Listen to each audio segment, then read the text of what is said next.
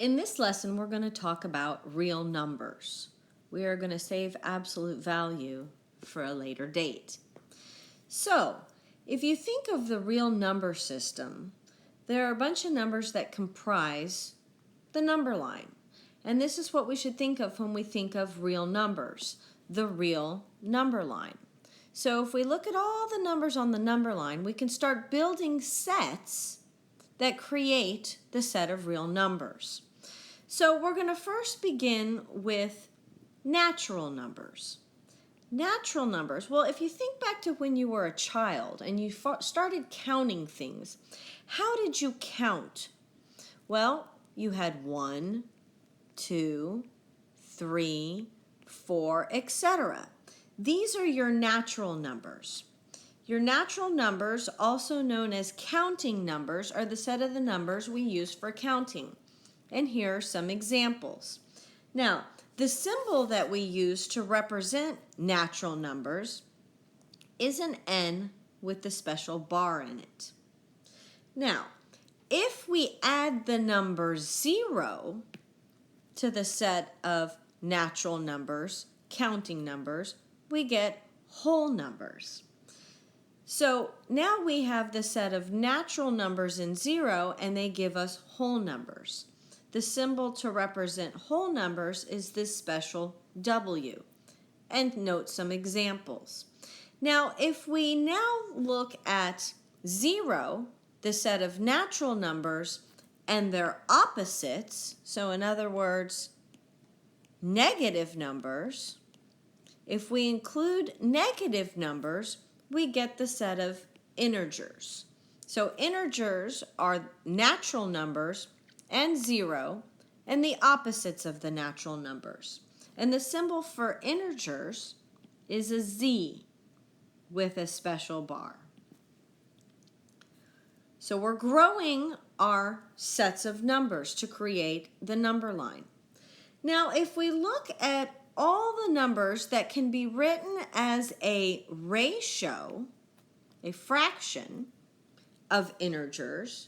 So, for example, if we look at numbers A that are integers, B that are integers, and we must say that B, the denominator, cannot equal 0, or it makes an undefined expression. If we look at all those numbers, so in other words, all the numbers in between our integers that can be represented as a fraction, we get the set of rational numbers. And if we convert these fractions to decimals, we're going to get decimals that terminate, that stop, or that repeat. And so examples would be -2/3, and if we were to convert that to a decimal, it would be -0.67 with a bar over it to denote that the 67 is repeating.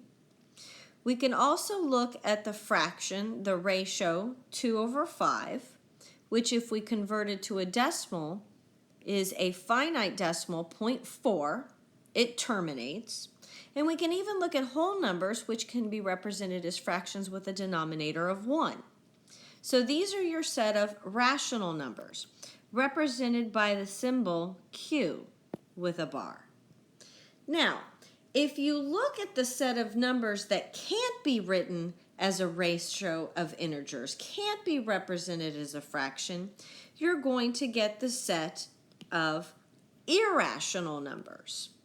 Now, irrational numbers, well, if we look at them in decimal form, they do not terminate or repeat. So if you think of an example, perhaps you think of pi. Pi is irrational. So is a fraction involving pi where pi is in the numerator. Or perhaps the square root of 2. And if we look at its decimal equivalent, well, it's approximately 1.41421, and it goes on forever and ever and ever, but it doesn't repeat, and therefore it doesn't terminate if it goes on forever and ever. Now, there's no widely used symbol for irrational numbers. However, we're going ahead and use the cursive IRR.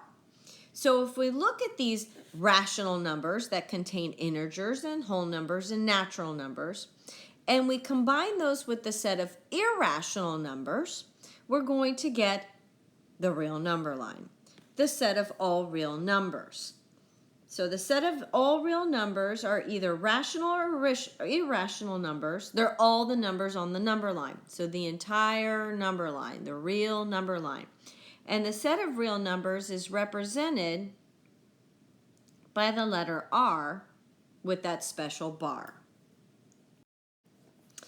So now, what if we're given a set of numbers and we want to order them from least to greatest? So we're looking at the number line and we're seeing which one falls furthest to the left on the number line to find the least value. Well, first let's look at some of these values and figure out what their decimal equivalents are. Well, we know that pi is approximately 3.14, but it goes on forever and ever and ever and doesn't repeat with a pattern. Square root of 5 is approximately 2.236. It goes on forever and ever without a pattern, doesn't repeat. Now, if I were to arrange these, the smallest value, well, -11/2 we know equals -5.5. That is the smallest value. The next smallest value is square root of 5, 2.236. The next value is 2.3. 2.6752 is next to the right on the number line, then the whole number 3, and then pi. So if we were to classify these, we'd see that -5.5, which was a result of dividing -11 by 2, is a real number and also a rational number. Square root of 5 is a real number but irrational number. 2.3 is a real number and a rational number. 2.7652 is a real number and a rational number. 3 is a real number, a rational number, an integer, a whole number, and a natural number. So 3 belongs to all of those. Pi is a real number and an irrational number. Now, there's many different ways of representing intervals. So in other words, parts of the number line.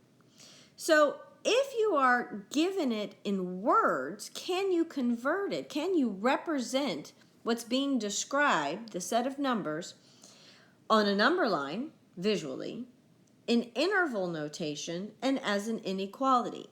Well, first, what is interval notation? Well, interval notation means we're dealing with an interval. If we don't include the endpoints on the interval, it's an open interval, or if we do include the endpoints, it's a closed interval. And we always represent the numbers in the interval with the smallest number first. I should point out that you can have one side that is open and the other side that is closed. They don't both have to be the same. As an inequality, we use inequality symbols. Greater than, less than, greater than or equal to, meaning we're going to include an endpoint, less than or equal to, meaning we're going to include an endpoint. So again, to stress, if we are including the endpoints, we would use for interval notation the closed intervals. We would use greater than or equal to or less than or equal to with inequalities. If the endpoints are not included, we would use open intervals, and we would use either the greater than or the less than symbol. So let's first look at all numbers that are less than 3 on the number line. So here's our number line. Let's find 0. Let's find 3. And if I'm looking at all the numbers that are less than 3, it would look like this visually. So that's how we would graph it on the real number line. As an interval, well, what's the smallest value? Negative infinity. It goes all the way to the left infinitely in the negative direction. The largest value in the interval is 3, and it's an open interval because we do not include 3. It doesn't say numbers less than or equal to 3. As an inequality, we'd say, okay, I'm looking at all numbers, let's say x, that are less than 3. Let's try another example. We are looking at all numbers greater than or equal to -2. So let's find -2 on the number line. 0. Here's -2. We're looking at all numbers that are greater than or equal to -2. So we're going to enclose that endpoint because it could include -2. So we include -2, that's the smallest value, so that's the first number in the interval. And then it goes on forever and ever in the positive direction infinitely. And we always use an open interval for infinity. Now, how would we represent this as an inequality? Well, we're looking at all values x, all numbers x, that are greater than or equal to -2. So here we have it in interval and inequality, using inequalities. Now, the next example are saying, okay, all numbers between 2 and 4. So let's find where those are on the number line. I like 0 as a placeholder. 2, 4.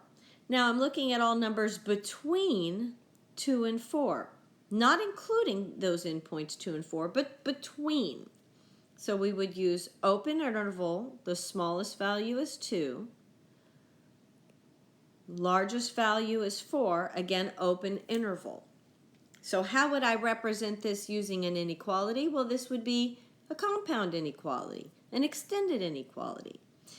2 is the smallest value, 4 is the largest value. We're not including those, but x is any number in between, greater than 2 and less than 4. Now the next notation that we're going to use to be able to represent sets is called set builder notation. And it's always represented with these curly braces. The first thing that you include is the variable or variables that you're trying to describe. So in this case, we would read this as the set of all x's, and then this bar here can be read as such that, and then everything that follows the bar are all the statements about x. So what specific conditions does x need to meet? So let's take a look at a few examples and see how we would represent them as set notation.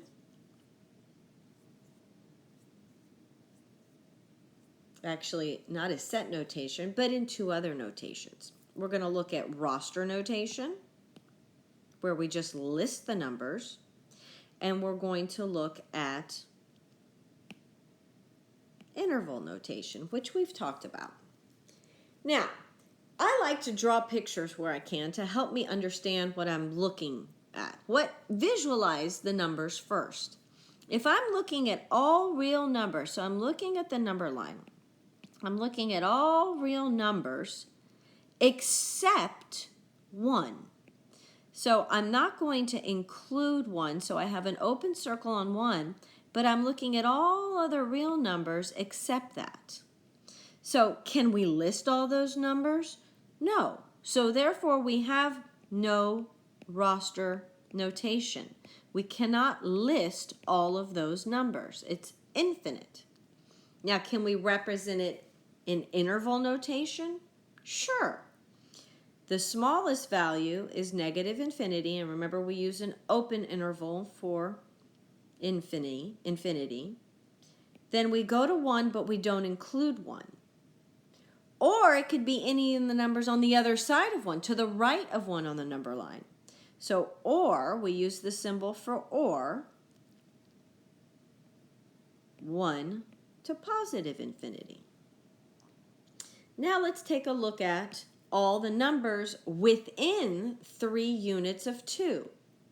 So I'm going to find 2 on the number line, and I'm going to go 3 to the right, so that would take me to 5, and 3 to the left, which would take me to negative 1. Now, can I list all of those numbers? That's 3 units away from 2. All of these are within 3 units away from 2. All of these are within 3 units away from 2. So I can't represent those using roster notation as a list, but I can represent it in interval notation.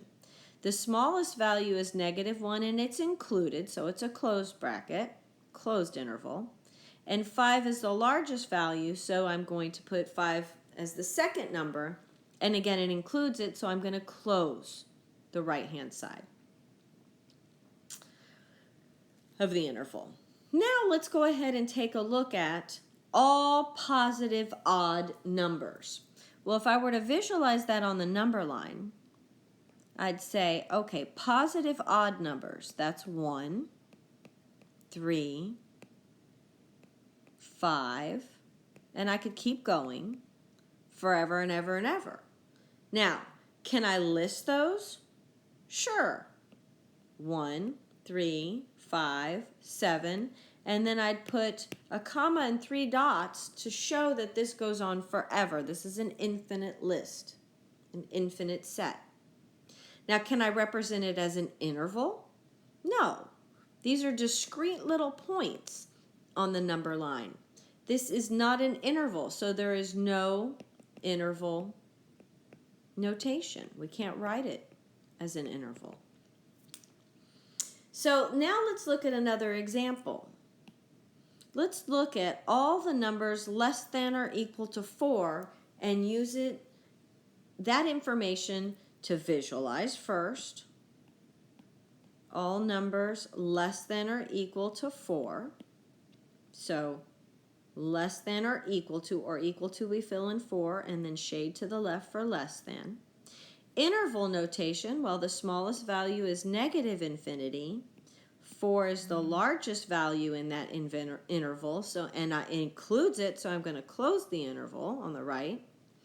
As an inequality, I'm looking at all x values that are less than or equal to 4. And set builder notation, okay, set of all values, and I'm going to call them x, such that x is less than or equal to 4.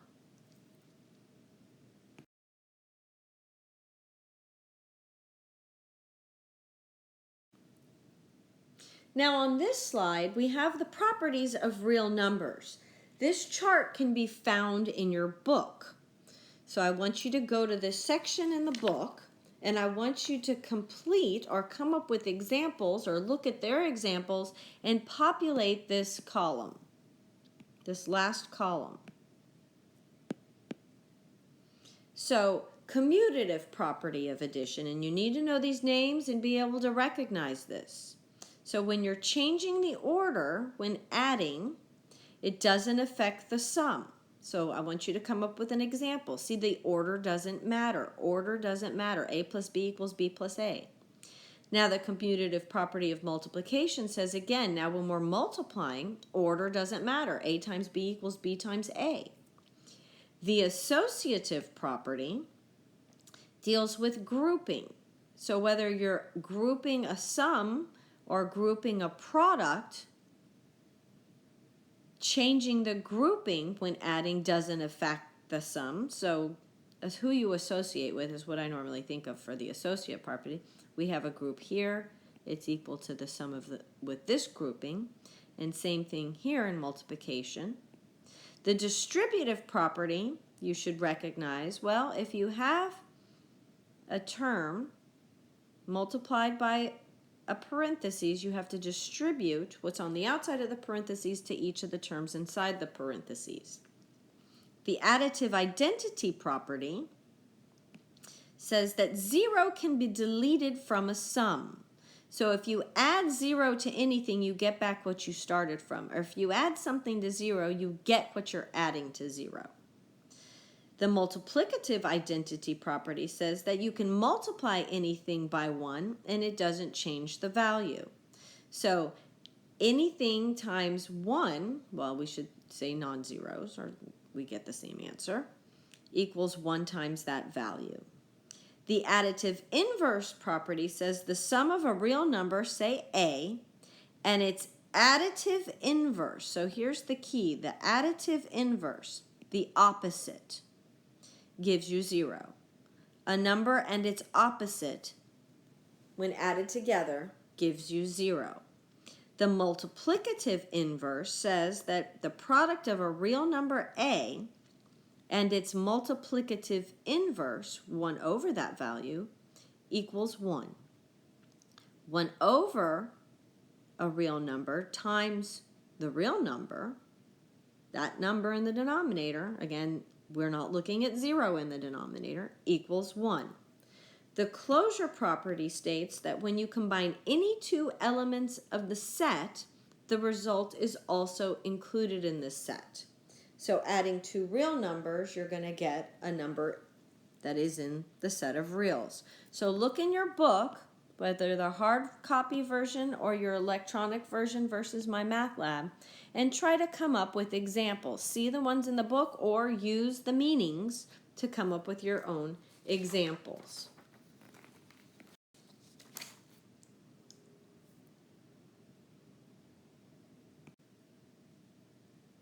Now let's take a look at a few examples. Here you're being asked to find not only the additive inverse, but the multiplicative inverse of each of these. So let's look at the first one, 9. If I'm trying to find the additive inverse, I'm asking myself, what am I adding to this number to get 0? Well, its opposite is negative 9. Now look at the next example. Negative 3/4. What am I adding to that to sum to 0? Its opposite, 3/4. Now let's look at the multiplicative inverse. What am I multiplying by each of these numbers so that the product is 1? Well, the multiplicative inverse of 9 is 1/9. Just invert. What is the multiplicative inverse of negative 3/4? Invert that fraction, negative 4/3. So you're just taking the reciprocal when you're inverting it. Now let's look at a few examples and see if we can identify which property is being used in each example. So in the first example, you see that 3 times 2 equals 6. Well, 3 is a real number, 2 is a real number, 6 is a real number. So if we take the product of two real numbers, we get a real number. Hopefully you recognize this as the closure property of multiplication. Now let's look at the next example. You have a real number 12. You're multiplying it by hopefully what you recognize as its reciprocal, and that gives you 1. So this is the multiplicative inverse property that's being demonstrated. In the last example, you have a real number, 6. You're adding 0 to it, and you're getting the original number. This is the additive identity. Now, what's the difference between opposite and reciprocal of a number? Well, the opposite is the additive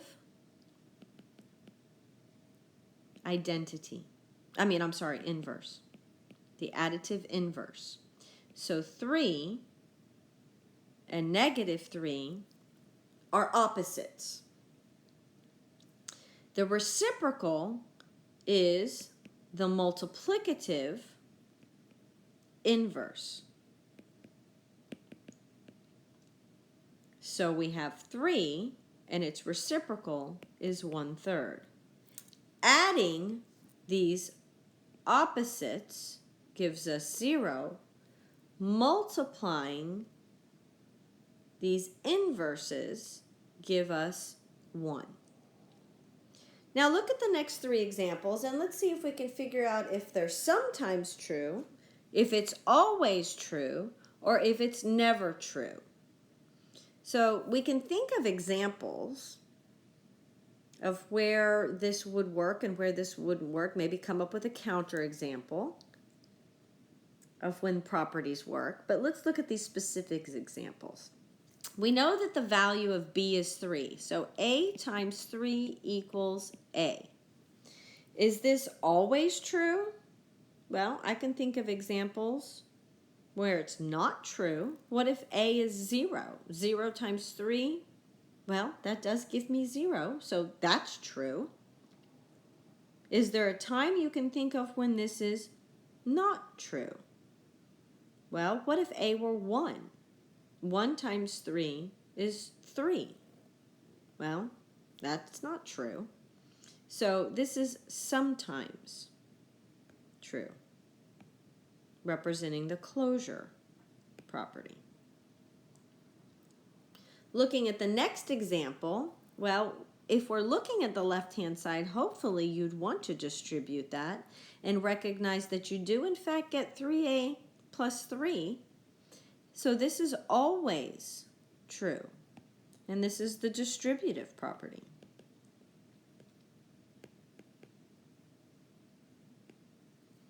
Now, if we look at the last example, well, if you take a number and add its opposite, you're going to get 0. If we do the same thing on the right-hand side, take a number and add its opposite, we're going to get 0. So this is always true and represents the additive inverse property.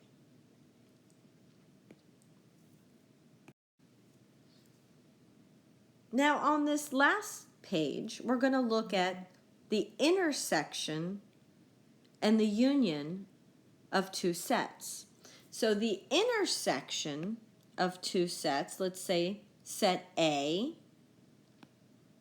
and set B, is the set that contains all of the elements in A that also belong to B and no other elements. So this shaded region would represent the intersection. So here you've been given two sets and you're being asked to find the intersection. So A intersection with B, which is read A and B, they belong to both A and B. They must satisfy both sets. So what numbers in example A satisfy both sets? Well, I think only 3 are in both sets. So the intersection of these two sets would just be the number 3. In the example B, we're looking for numbers that are in both sets. 1's in both sets, 2's in both sets, 3's in both sets. So the intersection of those two sets would in fact be the numbers 1, 2, 3. Now let's find the intersection of the two sets in example 3. Well, 1's not in the other set, 2's not in the second set, 3's not in the... Well, they don't share any elements. They don't have any elements in common. So if we have no elements in the set, we would read that as null set and use this symbol, or you can use the empty set. So either of these would work. The null set represented by this symbol, or the empty set represented by this symbol. Now, what about the intersection of these two sets? Well, the empty set, the null set, is always a subset of all sets. Now, the next relationship that we're going to look at is the union of two sets. The union of two sets, well, if we have set A and we have set B, or they could overlap, it's the set of all distinct elements in each. So if they did overlap, we wouldn't list these values that they both share more than once. We would read this as A union B, or A or B. So we would write these sets, the union, as all the elements that is in either A or B. So let's look at the first example. Well, the union would be 1, 2, 3, and 4. Now, when we're writing sets, we should write them in increasing order and not list elements more than once. Let's look at the union of the next two sets.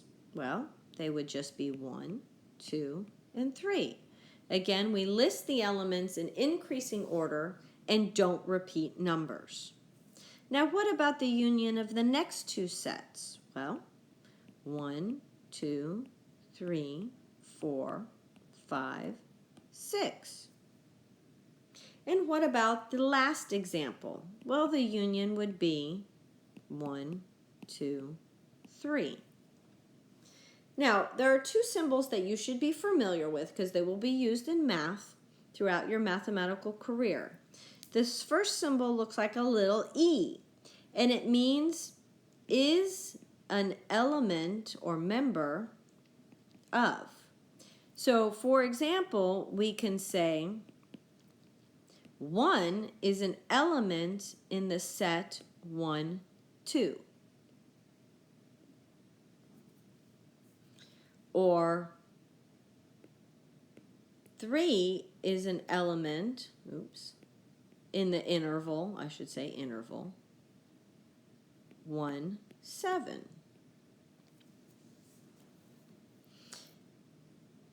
This symbol with an E with a line through it means is not an element of. So for example, 3 is not an element in the set 1, 2. And maybe we should change these to sets. Let's make them all sets since we're talking about sets. 7 is not an element of the set 0, 10. So we should be familiar with those two symbols as well.